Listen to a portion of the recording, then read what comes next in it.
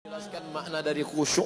Bagaimana khusyuk itu bagaimana? Ada orang katanya kalau sudah khusyuk dia tidak lagi di dunia ini. Allahu Akbar, rasanya dunia ini hilang Pak Ustaz, dan aku pindah ke alam yang lain. Alam gaib lah. Sekarang kita lihat sahabat Nabi waktu sholat, apakah dia pindah ke alam lain atau tempat di tetap yang sama? Ketika itu Nabi sakit, imamnya Abu Bakar. Abu Bakar imam, sahabat di belakang. Allahu Akbar. Ketika mereka sedang sholat, Nabi datang dari samping. Maka sahabat yang di belakang memukul tangan. Mukul. Dia mau ngasih tahu ke Abu Bakar, Nabi datang. Kan nggak boleh ngomong, Abu Bakar, tuh ada Nabi datang tuh. Dia pukul. Apa pelajaran dari sini? Kira-kira sahabat yang sholat itu sadar atau nggak sadar? Sadar. Dia sadar bahwa Nabi datang. Bukan kehilangan kesadaran. Jadi kalau ada orang mengatakan, saya waktu sholat hilang kesadaran, saya nggak sadar keliling yang terjadi apa, berarti ente dicuri jin, kidnap. Ente tetap sadar. Nabi sahabat bukan tidak sadar. Pelajaran yang kedua, ketika sedang sholat apa kata Nabi? Uqtulul aswadaini fis shalah. Bunuhlah dua yang hitam ketika sedang sholat. Allahu Akbar. Tiba-tiba ada dua yang hitam. Dua yang hitam itu ular dan kalajengking. Kira-kira orang yang disuruh Nabi membunuh ular dan kalajengking saat dia sholat itu sadar atau nggak sadar? Sadar. Ada ular di depan. Kalau nggak sadar pejam. Tiba-tiba buka anaconda.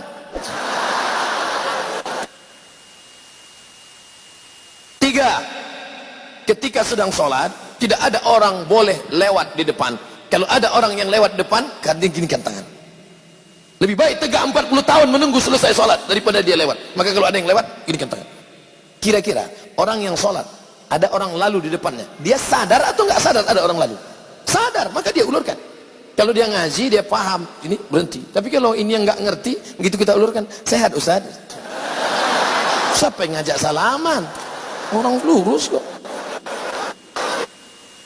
Kesimpulannya, bahwa orang yang sedang sholat itu sadar. Hanya saja dia pikirannya tidak kemana-mana. Bagaimana cara khusyuk itu Pak Ustaz? 5 langkah, kata Syekh Ali Tontowi. Yang pertama, dari mulai mendengar azan jangan ngomong. Allahu Akbar, Allahu Akbar, Allahu Akbar, Allahu Akbar. Hayya 'alas shalah. La haula wala quwata. Jangan ngomong. Makanya nanti kalau ada kawan di sebelah ngomong, "Bro, gimana kabarnya nanti?" Allahu Akbar, Allahu Akbar. Kabarnya kemarin di internet itu kan isu Sianus, la haula wala quwata illa billah. Nah, lalu kemudian tutup dengan doa wasilah. Allahumma rabb hadhihi da'wati tammati wa salatil qa'imah ati sayyidina Muhammadan lil wasiyatil fadilah wa syaraf wa darajatil 'aliyatir rafi'ah wa ba'athu Allahumma maqama mahmudan alladhi wa'adta innaka la tukhliful mi'ad. 2, ketika berwudu enggak boleh ngobrol. Ambil air, yang ngobrol. Ini saya lihat banyak yang sedang ambil wudu ngobrol. Kan gua udah ngomong kemarin. Jangan, tapi lu nggak peduli sih.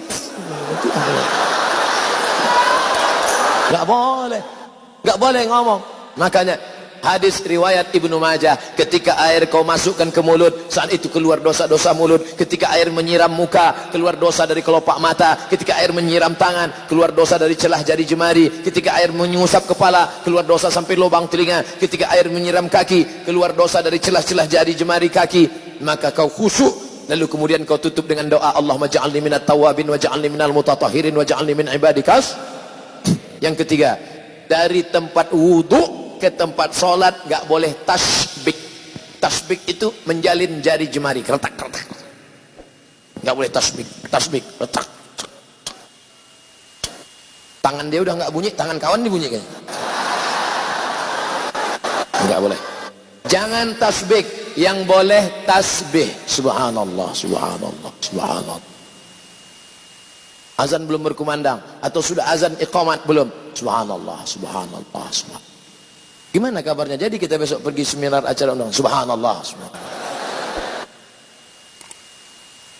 Nah, lalu kemudian yang keempat, pahami bacaan. Saya tidak nyuruh menterjemahkan, yang diterjemahkan. Inna solati my praying, wa mahyaya my life, wa mamati my die. lillahi ta'ala, for you, oh my God. Bukan diterjemahkan. Bukan diterjemahkan. Jangan nanti ada yang menerjemahkan. Bismillahirrahmanirrahim. In the name of Allah, most gracious, most merciful. Tidak perlu kau terjemahkan. Yang penting kau paham saja, connect maknanya. Sama seperti ngomong bahasa Jawa. Saya bukan orang Jawa, saya orang Melayu dari Sumatera. Tapi ketika saya bahasa Jawa, saya tidak perlu terjemahkan. Pripun kapari Pak Apis uang perang-perang dinora teko kene. Enggak perlu diterjemahkan. Ngapain diterjemahkan? Yang penting paham. Jangan terjemahkan. Allahu akbar kabira walhamdulillahi katsira wa subhanallahi bukratan wa asila wajjahtu wajhiya lilladzi fatara as-samawati wal arda hanifan musliman wa ma ana minal musyrikin inna salati. Mata melihat tempat sujud. Makanya jangan mata, apalagi di masjid ini, mata kalau jelalatan, wah keramik, wah ini mahal ini, wah berapa ini. Apalagi nanti sholat zuhur, ini belum dibuka, melihat, wah Ustadz sholat sama Ustadz, wah ada pahit tren. Oleh sebab itu maka ini bahaya. Makanya mata lihat di sana. Makanya kalau sholat ke masjid jangan pakai baju yang ada tulisan-tulisan. Ini sudah terlambat datang hari Jumat, khotib naik pakai baju tulisan, tulis ini. Emang masalah buat lo? Gimana orang sholat? Nah, jangan pakai tulisan. Ibu, kalau pakai mukena jangan yang terlalu rame. Ini mukenanya semua bunga, bunga matahari, bunga kenanga, bunga kemboja, bunga tai ayam, ada semua di sini. Ada teman yang sholat di belakang lihat, di mana belinya ini ya? Kira-kira harganya berapa nih ya? Ini benangnya katun Jepang atau Korea nih? Nah, lalu kemudian di mana sebenarnya letak kata itu di mana? Innal kalama la fil fuadi wa innama ju'ilal lisanu 'alal fuadi dalila. Letak kata-kata itu di dalam hati, tak berbunyi, tak bersuara, tak berhuruf, tak bertinta, tapi kemudian diciptakan lidah untuk mewakili. Konekkan antara lidahmu dengan hatimu. Allah. Makanya dalam mazhab Syafi'i, mulut menyebut Allah, hati mengisi qasad ta'arad ta'yin. Salatnya salat apa? Salat zuhur. Berapa rakaat? 4 rakaat. Jadi imam apa jadi makmum? Jadi makmum. Ada apa qada? Ada. Allahu akbar. Mulutnya menyebut Allahu akbar, tapi hatinya menyatakan ini salat zuhur 4 rakaat, jadi makmum adaan lillahi ta'ala. Allahu akbar. Mulut menyebut bismillah, hati juga konek. Bismillahirrahmanirrahim. Alhamdulillahirabbil alamin. Ar-Rahmanir-Rahim. Makanya Nabi kalau sholat itu mulutnya bergerak. Ya Khabbab, Khabbab. Nabi kalau sholat mulutnya bergerak atau diam saja? Kata Khabbab, Nabi waktu sholat mulutnya bergerak. Dari mana kamu tahu Nabi mulutnya bergerak? Bittirabi lihyatih. Saya lihat jenggotnya bergerak, bergoyang. Ini sekarang ada orang yang sholat mulutnya diam ya.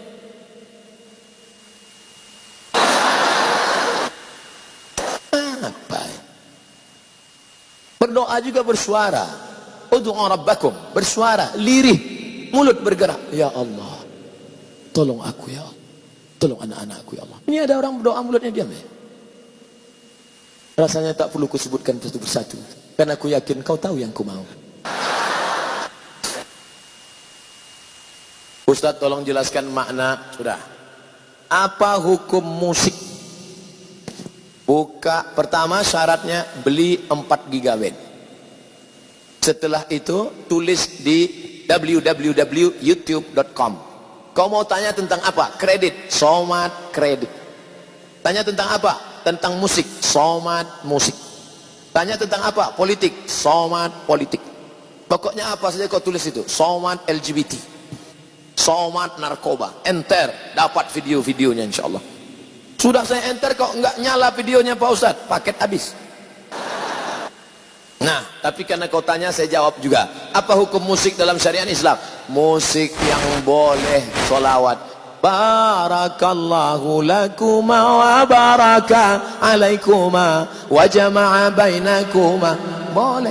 Itu kan doa untuk orang menikah, enggak salah. Atau lagu yang mengingatkan mati. Mati. Na, na, na, na, na, na. Untuk yang anak-anak muda. Kalau untuk yang emak-emak, bila Israel datang memanggil, jasad terbujur di pembaringan. Tapi lagu itu jangan dinyanyikan waktu acara pesta nikah. Berikut ini mari kita dengarkan satu lantunan lagu yang disampaikan oleh ibu-ibu dari majelis pengajian. Sekujur tubuh akan menggigil, sekujur badan kan kedinginan. Pengantinnya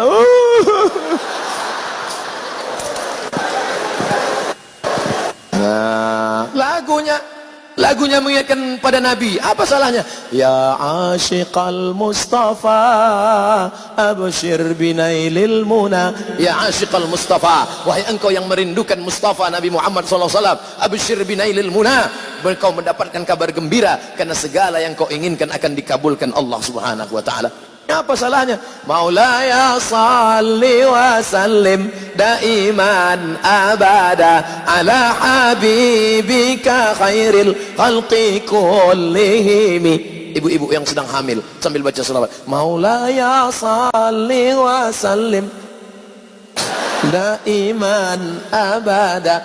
Anaknya tenang, suaminya tenang. Ini enggak, sambil masak. Atau suami di belakang. Lahir anak, siapa namanya? Amitabh Bachchan.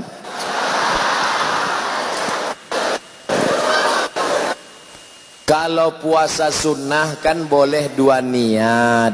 Kalau sholat sunnah apakah boleh juga Ustadz dua niat? Niatnya satu saja.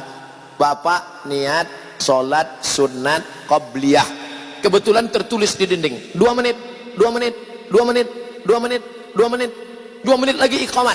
Kalau tahiyatul masjid nggak dapat qabliyah, tapi kalau qabliyah otomatis dapat tahiyatul masjid. 2 menit, 2 menit, 2 menit, sholat qabliyah. Selesai qabliyah, loh kok nggak iqamat? Tanya pengurus, Pak pengurus, kok nggak iqamat? Jamnya rusak Pak. Makanya tanya dulu. Bagaimana jika kita menemukan uang? Oh ini enak ini. Uang itu kita masukkan ke dalam kotak amal langsung tanpa kita umumkan. Namanya luqatah. Luqatah harus diumumkan selama 1 tahun. Kalau selama 1 tahun tidak ada pemiliknya, itu milikmu. Makanya selama setahun itu kau berdoa supaya tidak datang pemiliknya. Pas hari yang ke-359, ya Allah, jangan sampai datang dia. Pagi 360 dia pun datang. Kiamat sudah terjadi, saudaraku.